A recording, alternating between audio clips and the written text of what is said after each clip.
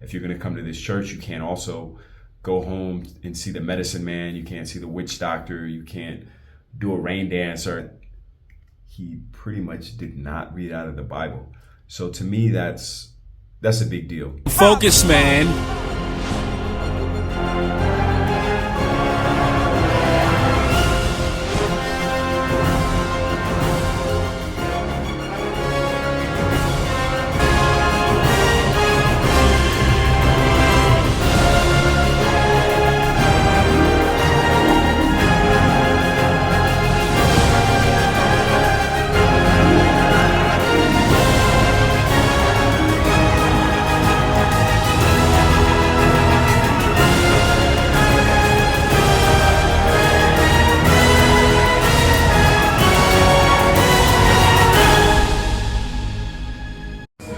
All right, it's a beautiful Sunday morning, and I'm heading into church for the first time here in Africa.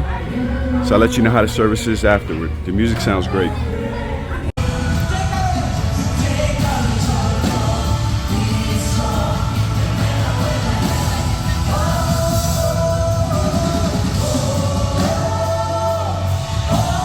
Once again, this is your man, Jay Focus, reminding you to stay focused. Okay, so today is Sunday, and this topic just sat on my heart. I had to speak on it. You know what I'm saying? I don't usually talk about religion on this channel. That's not what the channel is for, but I got to talk. I got to talk about the way life is going and the way I see it. So I'm going to let y'all know, even though I've at this point spent time in almost 9 African countries, I very seldom gone to church in Africa. I can almost say that I technically had never attended a service until very recently. So I'm going to break down what that was like, and hopefully I can insert some footage here to give you guys an idea of what the church service was like. So first off, I'm just going to give you guys an overview of religion in Africa in general. So in the States anyway, for the people who aren't from the States, to compare, generally Black Americans are going to be Christians, and specifically they're going to be Protestant. So if you don't know too much about the differences, I'll just say that, you know, on one side you got the Catholics, and they more or less follow the Pope. They follow what Rome does. And then Protestants broke away from that, and they're kind of just doing their own, I don't want to say doing their own thing, but you know what I'm saying? They have a different interpretation of scripture as it relates. So they are separate from what's going on with the Roman Church, the Catholic side of it, right? But it's the same principles. It's the same Bible, more or less. A couple of chapters are different. So anyway, that's the Black American background. And not only are most Black Americans Protestant Christians, most Black Americans are Baptists, because during slavery, most Black Americans were in the southern parts of the nation, and that part of the nation was dominated by the religion of the slave master, and that was typically a Baptist version of Christianity. So that's the background that most of us have. If you've ever seen anything from Black American gospel culture, you know, the choirs, the way that Black Americans sing and give devotion is very unique throughout the world, and it's been mocked, it's been admired. You've probably seen it in a film before or in some other type of a media. It's very distinctive and very core to our culture, to our ethnicity as African Americans. So most Black Americans have very limited experience in other churches. Maybe they've been in a Catholic church before. Very few of them actually have, unless they grew up in a big urban area like a New York or a Boston or something like that, where you've got Catholic churches on every corner due to the amount of immigrants. And some of these Black immigrants are Catholics as well. But it's in the States, it's typically Latinos, Irish, and Italians who attend most of the Catholic Church.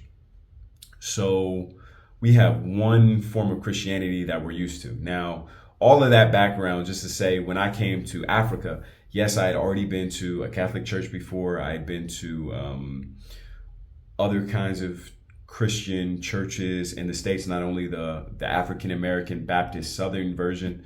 So I had a little bit of another background. So anyway, I was in Kigali and I was looking for a church to go to, so that I could have an African church experience. And so I was looking specifically for a Protestant church. I wasn't looking for a Catholic church, even though I've attended many of those in Latin America and in Spain.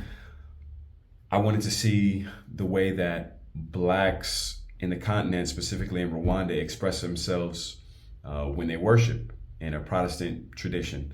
So I went to a church in the capital. I'm not going to say the name of the church, but there were a few things that I noticed that were somewhat similar and a few things that were radically different. So I got into the church pretty much right when service was about to start. I believe it was 10:30, somewhere around there, 10:30, 11. And it was, I would say, maybe 30% full. And as the service went on, it started to fill up some more. You know how Black people do in the States. See, that's a stereotype that we have. And I'm starting to find out that it's quite true in Africa as well. Y'all show up late for the bus. Y'all show up late to a lot of stuff. So I don't know if that's in the DNA, if that goes beyond just African American culture. Leave me a comment if you agree or disagree, and like the video. If I haven't told you already, if you're thinking about it, just go ahead and do it. It's not going to cost you anything. They say Jesus paid for it, like he paid for our sins. So go ahead, click that like button. It won't hurt you. So anyway, slowly but surely it started to fill up a little bit. I'd say it got to maybe 70% capacity, which is probably pretty good for a Christian church in 2023 in America, because I don't know if you guys are aware, if you're watching this from Africa or whatever, but in the States, religiosity as far as church attendance is way down compared to 10 years ago, compared to 20 years ago, especially when you want to talk about the younger generation.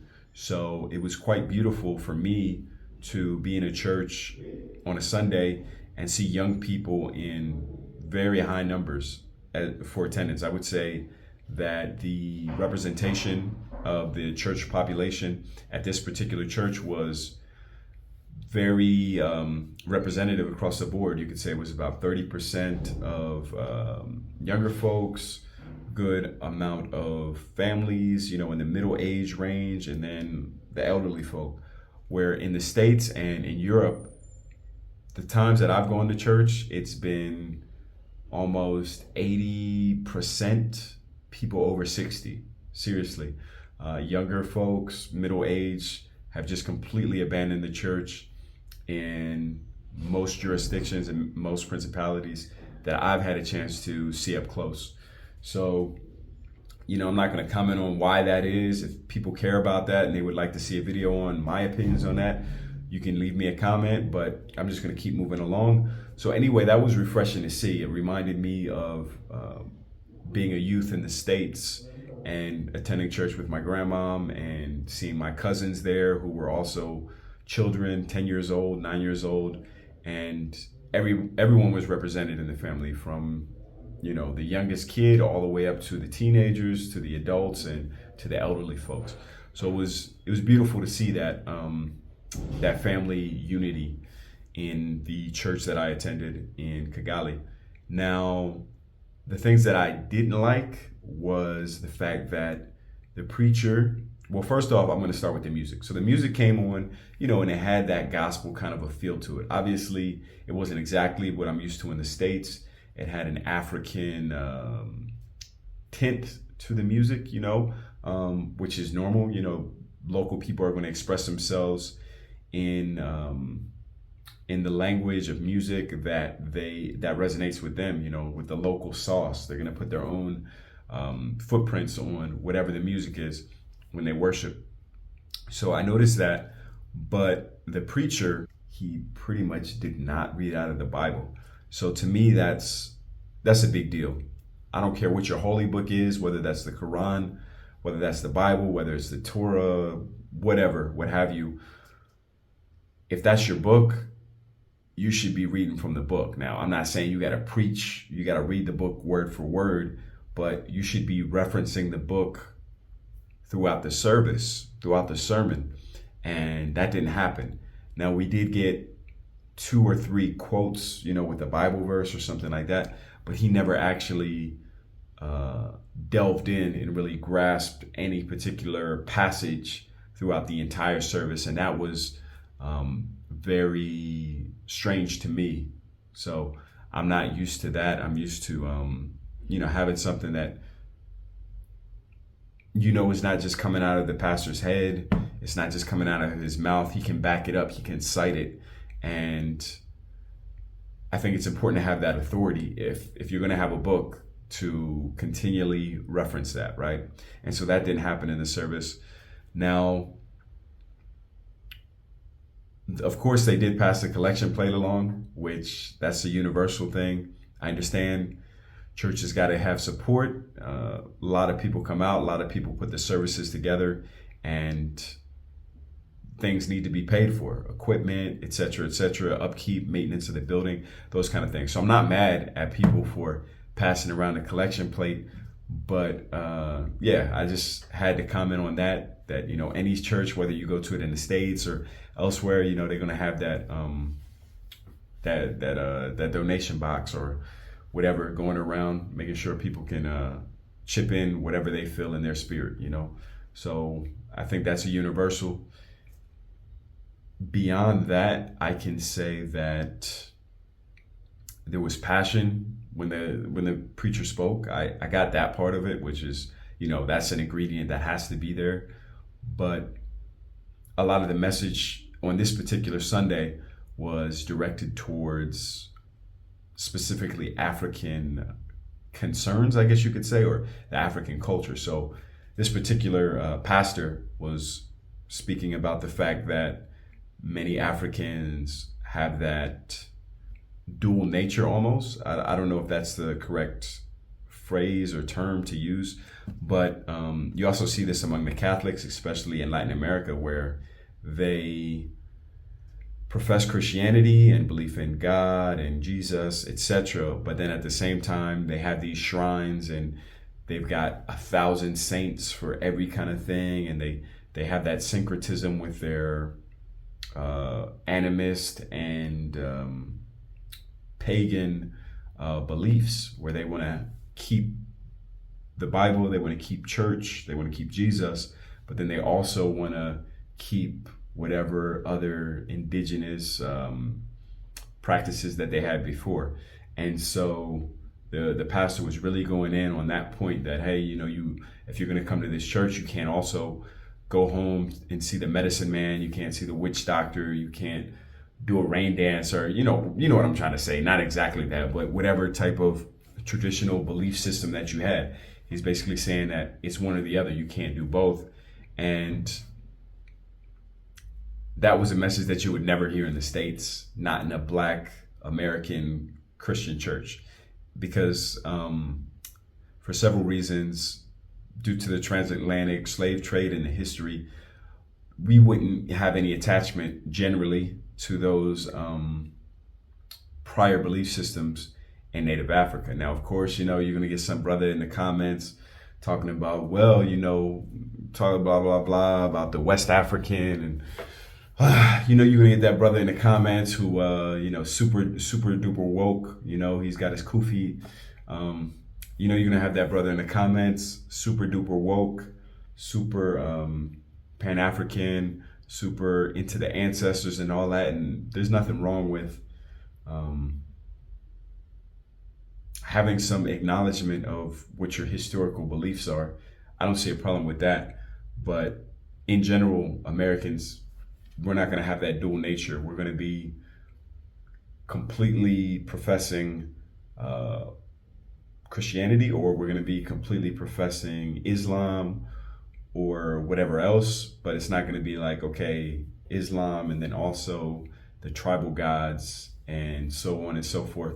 So that was a very particular quirk, if you will, about the African belief system, which I'm curious to hear more about it. Maybe some other people have delved deeper into how that works. because obviously, before the missionaries came to certain parts of Africa, they already had their belief systems, whatever those were. So this was a very different Sunday message than I had ever heard in my life. So it really hit home the fact that you're not at home, you are on the continent. These people are also Christians, but they have different challenges. They may have different temptations, sin, whatever you want to call it. And nobody's perfect across the board. It doesn't matter where you're coming from. I think in the end, we're going to find out that none of us were worshiping 100% correctly. No matter how much we try, we're all flawed, and we're humans. We're going to get it wrong. But it's the fact that you're striving to get better and to do the best that you can that is the most important. So that's it. No more philosophical talk for me. Light me up in the comments if you want to. Tell me I'm wrong. Tell me I need to pray to Imhotep. Tell me I need to pray to Ra, the sun god, or whoever else. Let me know your thoughts and comments, and have a blessed Sunday, however you're choosing to worship and acknowledge this day. Until next time, this is your man, Jay Focus, reminding you to stay focused. Of yours, such thing as a life that's better than yours.